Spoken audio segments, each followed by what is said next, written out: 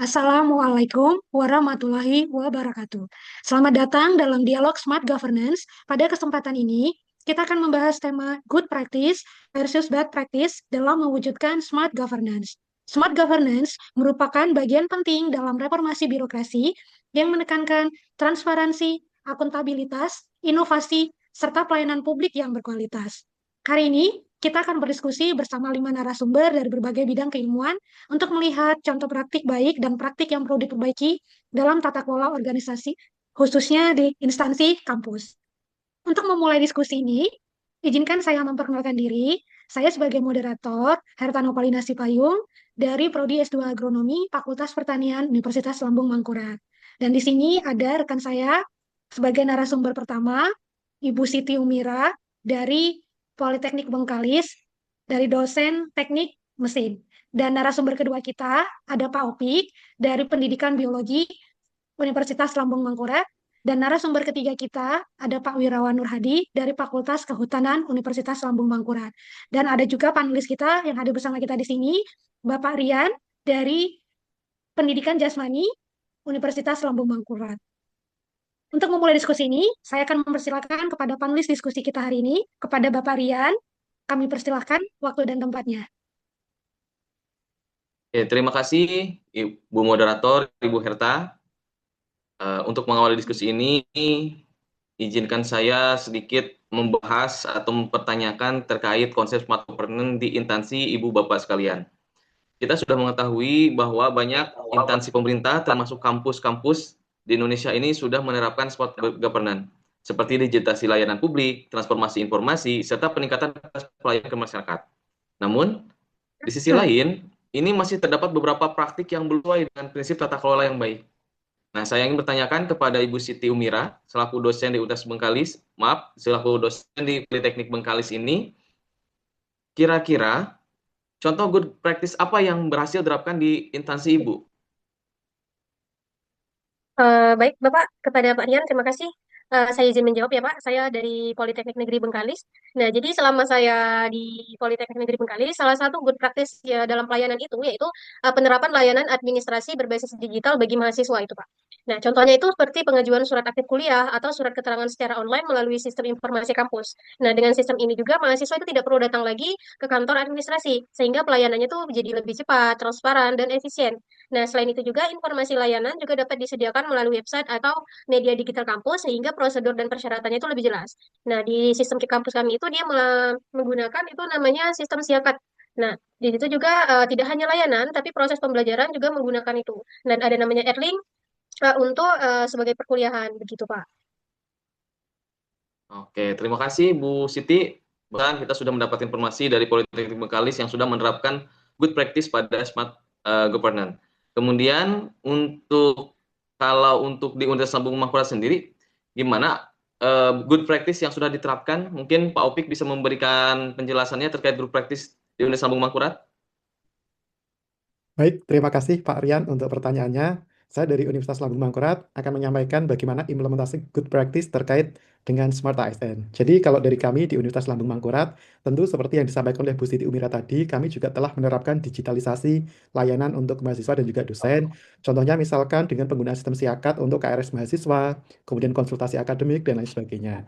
Kemudian kita juga menerapkan keterbukaan sistem informasi di kampus dengan adanya sistem manajemen informasi yang dapat diakses oleh mahasiswa di mana program-program yang ada di kampus itu bisa diakses secara real time oleh mahasiswa melalui Simari tersebut.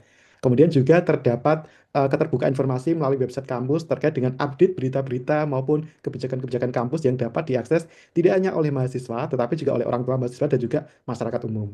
Selain itu, dalam proses pembelajaran kita juga sudah mulai beralih menuju ke pembelajaran dengan sistem digital dengan pemanfaatan Simari. Jadi kami memiliki Simari untuk pembelajaran di Universitas Lambung Mangkurat dan itu sudah mulai kita gunakan untuk mengelola proses pembelajaran. Seperti itu. Oke, terima kasih Pak Rian. Oke, terima kasih penjelasannya Pak Opik. Jadi dari kedua universitas ini, dua-duanya saling meningkatkan kualitas pelayanan melalui digitalisasi administrasinya gitu. Nah, akan tetapi selain good practice, apa mungkin ada bad practice yang memang mungkin belum menjadi yang menjadi permasalahan di masing-masing universitas tersebut gitu. Mungkin bisa dari Pak Opik sendiri, kira-kira bad practice yang bisa terjadi di instansi Bapak ini seperti apa? Oke, baik. Terima kasih Pak Rian untuk pertanyaannya. Jadi memang kita tidak bisa menutup mata bahwa inovasi yang kita coba untuk kembangkan itu memiliki beberapa tantangan seperti itu ya. Seperti yang tadi saya sampaikan, misalkan dengan adanya penerapan e-learning Simari untuk pembelajaran. Nah, itu pun kita masih memiliki tantangan di mana dalam penerapannya itu belum merata oleh semua dosen. Jadi masih ada beberapa dosen yang memang belum menggunakan Simari itu secara optimal. Beberapa bisa menerapkan untuk misalkan melakukan presensi dalam perkuliahan, kemudian mendistribusikan materi perkuliahan, tetapi belum sampai membangun komunikasi dengan mahasiswa secara interaktif melalui platform Simari tersebut.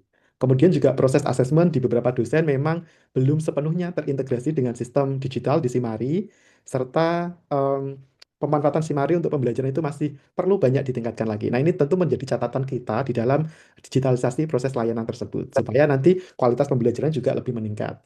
Kemudian ada satu hal lagi yang juga menjadi concern kami terkait dengan digitalisasi pembelajaran, yaitu masifnya perkembangan artificial intelligence. Nah, perkembangan AI ini di Universitas Lambung Mangkurat, itu banyak mahasiswa yang sudah bisa mengakses dan menggunakan AI dalam pembelajaran, seperti itu.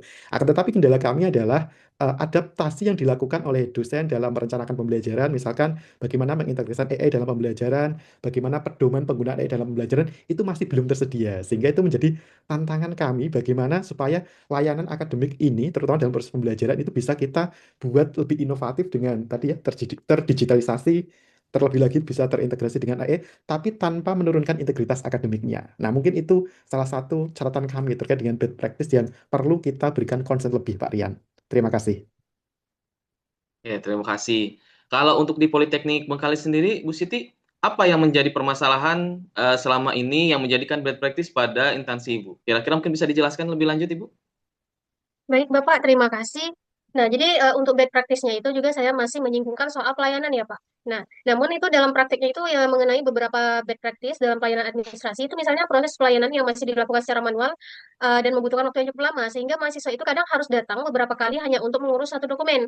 Nah, kondisi ini tentunya kurang efisien bagi mahasiswa maupun bagi tugas pelayanan. Nah, meskipun ada sistem yang menggunakan siakat tersebut, tetapi mungkin karena ada kurangnya prosedur atau sosialisasi internal, bahkan kadang mahasiswa itu masih bertanya-tanya terus begitu. Nah, selain itu kadang informasi mengenai prosedur dan persyaratan layanan juga belum disampaikan secara jelas dan terbuka. Nah, akibatnya itu mahasiswa itu sering merasa bingung mengenai langkah-langkah yang harus dilakukan, dokumen apa aja yang perlu disiapkan, serta beberapa lama waktu itu penyelesaian layanan tersebut. Dan terkadang masalah surat menyurat itu bahkan mahasiswa bertanya kepada dosen. Nah, begitu Pak. Nah, hal ini juga sering terjadi karena kurangnya sosialisasi tadi yang saya sebutkan. Nah, jadi sehingga tidak semuanya itu tahu dalam penggunaan tersebut. Gitu. Jadi kondisi seperti ini itu tentu dapat menimbulkan ketidakpuasan terhadap layanan. Nah, serta menunjukkan bahwa sistem pelayanan yang ada itu belum sepenuhnya efektif, transparan, dan responsif terhadap kebutuhan pengguna layanan. Begitu Pak, dari saya Pak. Terima kasih Pak. Oke, terima kasih. Barusan kita sudah mendengar dari dua narasumber terkait good practice dan bad practice yang terjadi di instansi, yaitu di Lambung Mangkurat, Universitas Lambung Mangkurat, dan Politeknik Bengkalis. Nah, selanjutnya kita juga akan mendengarkan beberapa paparan terkait solusi dan strategi yang bisa diterapkan terkait permasalahan-permasalahan yang sudah disampaikan sebelumnya oleh Bapak Wirawan nih. Nih saya mau bertanya nih, kira-kira Pak Wirawan, bagaimana solusi dan strategi untuk mencegah praktik tersebut agar tidak terulang lagi dan agar smart governance ini bisa terus meningkat dan menjadikan kedua instansi tersebut bisa menjadikan yang terbaik lagi dari sebelum-sebelumnya gitu Pak. Mungkin bisa dijelaskan Pak Wirawan? Baik, terima kasih Pak Rian atas kesempatannya. Ya, saya sangat senang sekali ya dengan pemaparan dua narasumber tadi. Karena dari dua perspektif ini ada beberapa hal yang pertama ini saya kaitkan dulu dengan mindset ASN kita, di mana memang kita sebagai pelayan publik dan pelayan masyarakat ya, yaitu pelayan mahasiswa juga. Jadi layanan akademik itu memang harus mempermudah mereka dengan tentunya tadi dengan outcome yang bagus ya, outcome yang sesuai. Jadi outcome itu berdasarkan dengan hasil yang sudah ada produknya dan juga kualitasnya juga baik tadi. Memang tadi masih ada tantangan ya di situ, masih ada tantangan di sisi kualitas tadi karena di bad practice-nya masing-masing instansi tadi itu masih terkendala ya. Eh, Termasuk tadi artificial intelligence.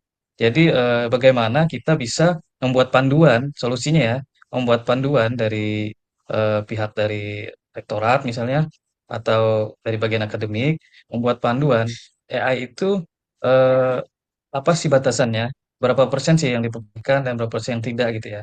Ini harus diatur ya di situ sehingga sivitas akademika atau mahasiswa semua yang ada di instansi, khususnya di ULM tadi, itu bisa sama pemahamannya dan perspektifnya terkait dengan ya itu. Lagi-lagi ini terkait dengan mindset integritas dari kita juga sebagai sivitas akademika. Kemudian di Bengkalis tadi memang ada sistem dan prosedur yang masih menjadi acuan yang belum ini ya belum dipahami oleh mahasiswa gitu ya. Sehingga mereka harus bertanya lagi, mengulang-ulang lagi gitu ya. Sehingga jika dikaitkan dengan sistem dan prosedur, mungkin perlu dibuatkan peta bisnis proses yang jelas ya di sini. Kemudian ada SOP, di mana SOP itu juga ada flowchart yang jelas, sehingga ini bisa juga nanti disosialisasikan ke mahasiswa, kemudian juga dicetak dalam bentuk misalnya seperti banner atau apa di dinding-dinding kampus gitu ya, di mana alur-alur itu jelas terlihat oleh mahasiswa, sehingga mereka tidak berbolak-balik bertanya lagi. Ketika mereka bertanya, tinggal diberitahukan bahwa oh ada di posisi situ, kalian bisa baca gitu ya, sehingga akan lebih jelas alurnya dibuat proses bisnisnya, kemudian alur dalam chartnya, nanti SOP juga dibagikan ke mahasiswa juga. Menurut saya ini varian cukup menarik, bisa menjadi solusi bagi kedua institusi ini ya. Mungkin itu dulu Pak Rian. Terima kasih Pak. Terima kasih Pak Wirawan. Wah, luar biasa sekali penjelasan dari narasumber kita. Terima kasih telah menjawab pertanyaan saya. Mungkin itu saja yang bisa saya tanyakan. Saya kembalikan lagi kepada Ibu Moderator, Ibu Herta.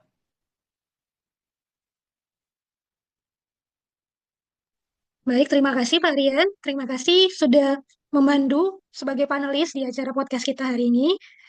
Dan dengan berakhirnya pertanyaan-pertanyaan ataupun diskusi yang kita diskusikan, sekarang kita akan memasuki penutupan acara kita. Dari sini kita bisa mengambil ya Bapak Ibu ya, dari diskusi yang telah kita dapatkan. Kita bisa simpulkan bahwa good practice dalam smart governance itu dapat diwujudkan melalui inovasi layanan, digitalisasi sistem, serta komitmen organisasi dalam meningkatkan kualitas pelayanan publik, baik di Universitas Lambung Mangkurat sendiri maupun di Politeknik Bengkalis. Seperti tadi yang sudah kita dengar dari para narasumber, di mana untuk yang smart governance itu sangat bagus sekali kalau kita itu bisa membuat infografis gitu ya Bapak Ibu. Visualisasi ataupun infografis di setiap instansi kita supaya pelayanan kita itu benar-benar bisa dimengerti. Tanpa harus membaca, dengan melihat infografis ataupun visual, mahasiswa kita dapat mengerti apa yang menjadi pelayanan kita di situ. Dan ini kiranya dapat meningkatkan kualitas pelayanan kita itu sendiri dan mahasiswa mengerti dengan alur apapun yang mereka perlukan di instansi kita masing-masing. Dan sebaliknya, praktik yang tidak efektif itu seperti birokrasi yang lambat dan kurangnya transparansi memang perlu diperbaiki ya melalui peningkatan profesionalisme kita sebagai ASN dan pemanfaatan kita dengan menggunakan teknologi digital. Semoga diskusi ini dapat memberikan wawasan bagi kita semua dalam mewujudkan tata kelola pemerintahan yang lebih baik. Terima kasih kepada seluruh narasumber yang telah berpartisipasi, baik dari ULM maupun dari Politeknik Bengkalis. Wassalamualaikum warahmatullahi wabarakatuh. Waalaikumsalam.